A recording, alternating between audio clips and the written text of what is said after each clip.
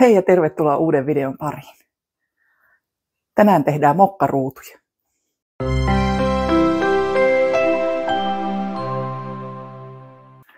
Mokkaruuduthan on Suomen googlatuin resepti.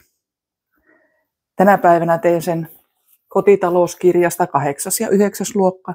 Tämä kirja on painettu 1989, joten tämä on varmaan aika alkuperäinen resepti, mitä minä olen tehnyt mokkaruutuja. Ja kuten näkyy, niin hyvin suosittu resepti on ollut, koska täältä on sivukin irti ja on aika paljon saanut osumaa tämä kirja. Tässä kirjassa tämä mokkaruutu on nimellä Suklaaneliöt eli Ruotsin parhaat neliöt. Mokkaruuduillahan on monta nimeä. Mokkapalat, mokkaruudut, Ruotsin neliöt, Ruotsin parhaat neliöt, suklaaneliöt, suklaapelti.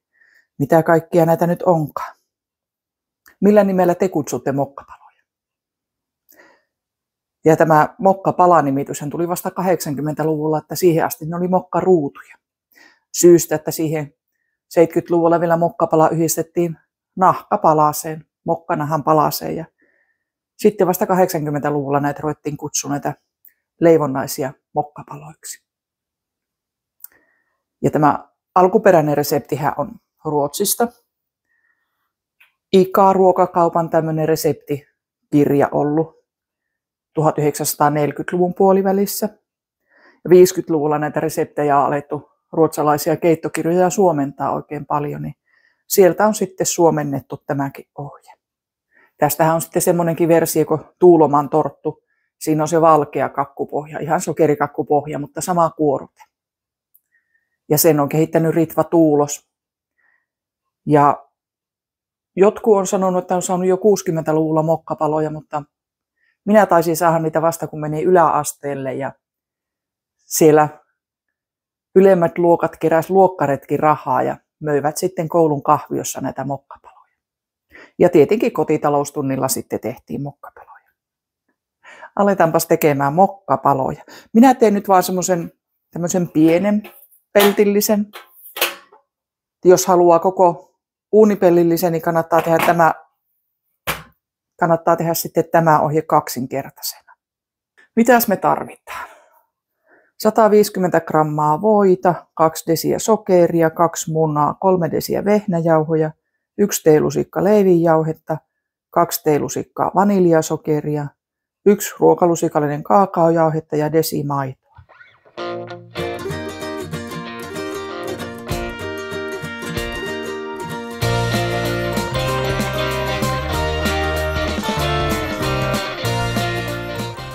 Täällä onkin hyvin selkeät ohjeet sitten. Valmista murotaikinapohja. Eli valmistetaan murotaikinapohja. Varmaan tässä kirjassa on aikaisemmin ollut täällä on perusmurotaikina. Vatkaa rasva ja sokeri vaahdoksi, lisää munat, vatkaa sekaisin, lisää vehnäjauho, leivinjauheseos. Jauhojen kanssa vuorotellen lisätään maito. Joku teistä taisi kyselläkin, että missä tämä meidän tikkukissa on, niin kyllä hän on täällä keittiössä mukana hyvin ahkerasti. Tällä kertaa hän haluaisi leipoa mun kanssa mokkapaloja. Aloitetaan sillä, että vatkataan tuo voi ja sokeri vaahdoksi. Minä nyt pilkon tämän voi hyvin pieniin kuutioihin, jotta se pehmenee nopeammin.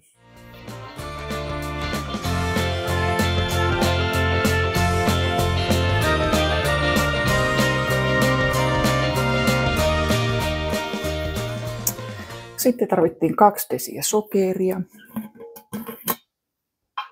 Joku sillä videolla kysyi, että miksi minulla on kaikki näissä lasipurkeissa, niin sillä on ihan sellainen käytännön syy. Vanhassa talossa kun asuu, niin saattaapa syksyllä joku hiirulainenkin tulla sisälle ja hiirethän tykkää mahdottomasti, jos sokeri on siinä paperipussissa. Sinne on helppo päästä. Niin sen takia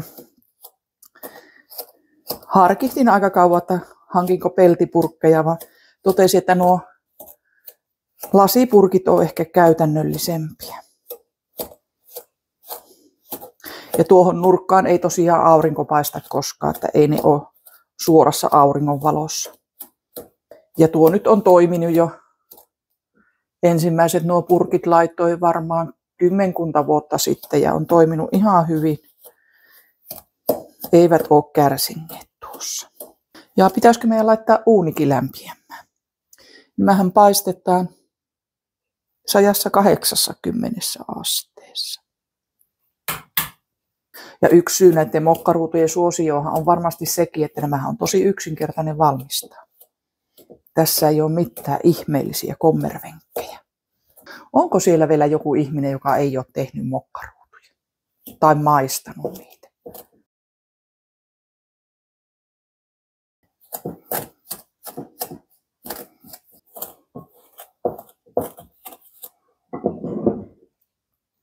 Sekoitetaanpas tuo leivinjauhe ja vaniljasokeri niihin vehnäjauhoihin.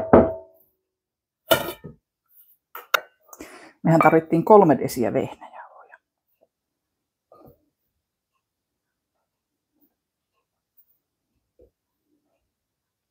Yksi teelusikka leivinjauhetta ja 2 teelusikkaa vaniljasokeria. Ja sitten tarvitaan vielä 1 ruokalusikallinen tummaa kaakaojauhetta.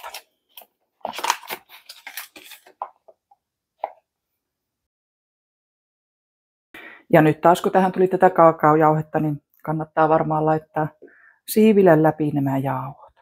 Sitten laitetaan tänne munat yksitellen hyvin sekoittain. Otetaanpas lasiin uuden kanaan. Vähitellen ala oppimaan, että särjetään aina kananmunat astiaan eikä suoraan tuonne taikinaan.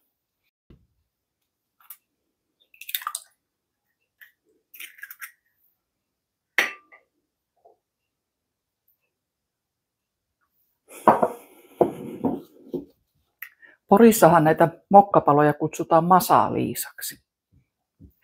Tuolta internetin ihmeellisestä maailmasta yritin löytää sellaista tietoa, että mistä moinen nimi johtuu, mutta sitä ei oikein kukaan osannut sillä selittää. Sille ei löytynyt mitään taustaa, että mistä se masaliisa on saanut nimensä. Ja Heinolassa näitä kutsutaan sitten rakkauden makupaloiksi.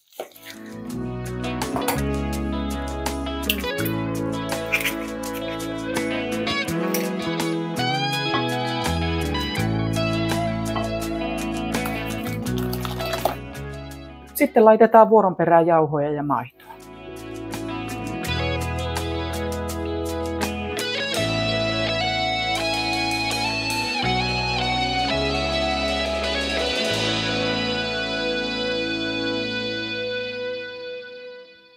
Sitten laitetaan puolet tuosta maidosta.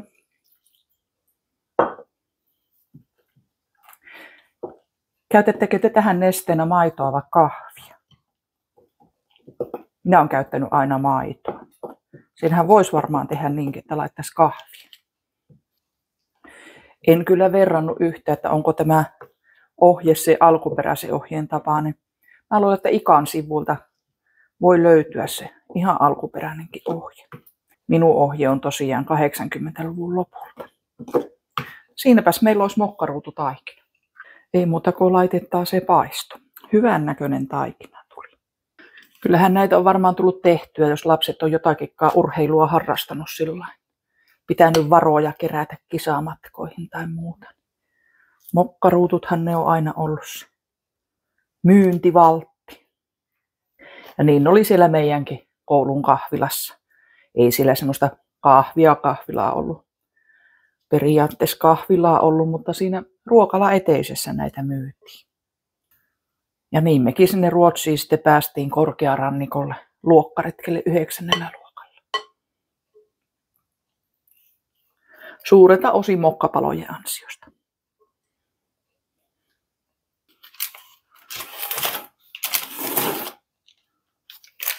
Mokkapalojahan on myös varioitu vaikka kuinka paljon. Että pinnalle voi laittaa pähkinärouhetta tai nomparelleja tai kookoshiutaleita, kuka mistäkin tykkää. Suklaahippuja voi käyttää taikinaan, mistä tulee vähän enemmän sitten brownien tapaisia. Ja sitten laitetaan mokkapalat paistumaan. 180 astetta ja montakos minuuttia? Noin puoli tuntia.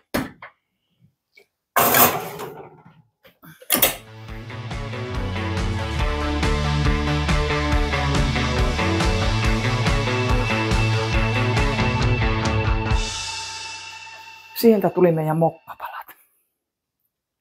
Minä paan tähän ritilän päälle ja vien tuonne ulos jäähtymään. Siellä ei ole 10 astetta lämmintä, niin varmaan jäähtyy aika joutuin tuo pohja. Tätä kuorutettahan ei voi laittaa lämpimän pohjan päälle, se uppuaa sinne pohjaa sisään. Mutta aloitetaan tekemään tämä kuorute sillä, että sekoitetaan tämä sularasva ja tomusokeri. Vai laitettaisiko ensin kaakaojauhe ja vaniljasokeri? Tehdäänpä niin päin. Sekoitetaan ensin kuivat aineet keskenään.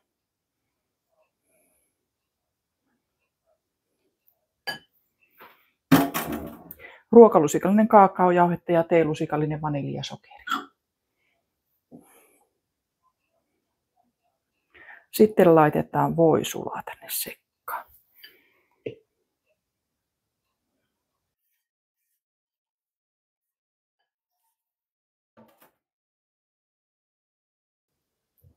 Sitten aletaan laittaa tuota kahvia sen verran, että saadaan tästä hyvän oloinen kuorute. Ei panna paljon ensin, pannaan vaan se ehkä 1 ruokalusikallinen kerrallaan.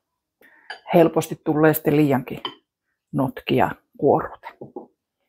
Kyllähän tämä jääkaapissa sitten kohmettuu tämä kuorute, kun siinä on tuota voita. Mutta pitäähän sulla semmoista helposti levitettävää kuitenkin. Se oli aika tarkkaan tuo 2 ruokalusikallista kahvia. Tuli ihan mokkaruutukuorute. Hyvän näköinen kuorute tuli mokkapalolle. Mokkaruuduille.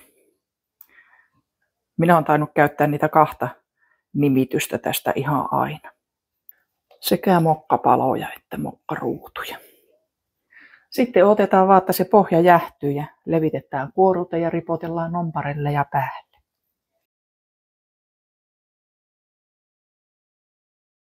Sitä odotellessa minä keitän itselle taas kahvit.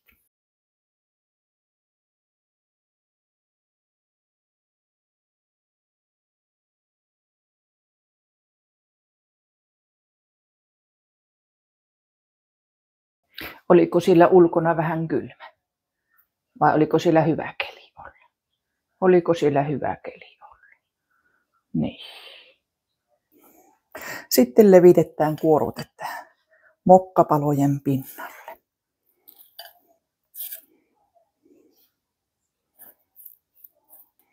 Viimeistä murua myöten.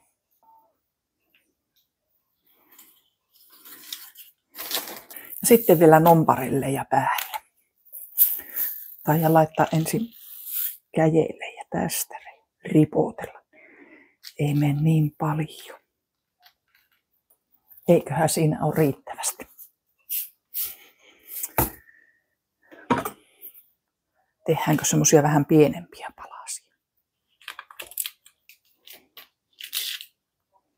Joo, laitetaan tämä 6 osaan näin päin.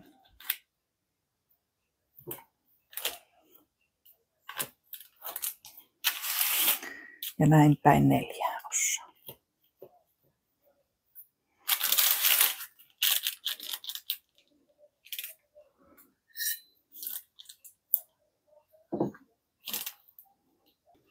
Maistetaanpas vieläkö nämä maistuu samalle kuin 80-luvulla.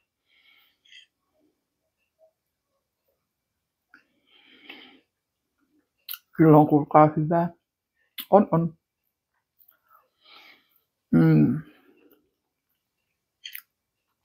En ihmettele, että tämä on Suomen googlatuin resepti.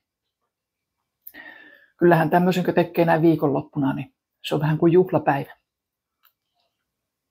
Mikäs sen kanssa paremmin juomaksi sopisi kuin kahvi. 80-luvulla vielä juotiin kahvia kahvikupista eikä mukeista. Mukit oli kaakaolle ja teelle. Missähän vaiheessa se muuttui sitten, että ruvettiin käyttämään noita mukeja enemmän? Oliko se muumipuumi, mikä tuli? Kiitos taas oikein paljon, kun katsoit videoja. Muistahan tilata kanava, jos et ole tilannut, ja paina sitä kellonkuvaa, niin saat aina sitten ilmoituksen, kun tulee uusi video. Nythän minulla on vuosi takana tätä tubettamista ja teet on siellä vähän reilu 2000 ja videoita tulee kerran viikkoon nyt sunnuntaisin. Alkuunhan minä tein sen 100 videoa 100 päivässä ja kyllä se opetti paljon siitä, että miten kuvataan ja miten editoidaan. Mutta tavataan taas viikon päästä sunnuntaina. Siihen asti. Hei hei!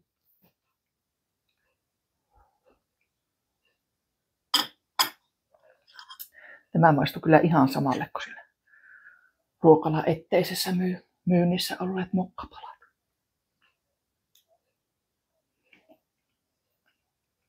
Ja onko tuo ihme, kun on sama resepti?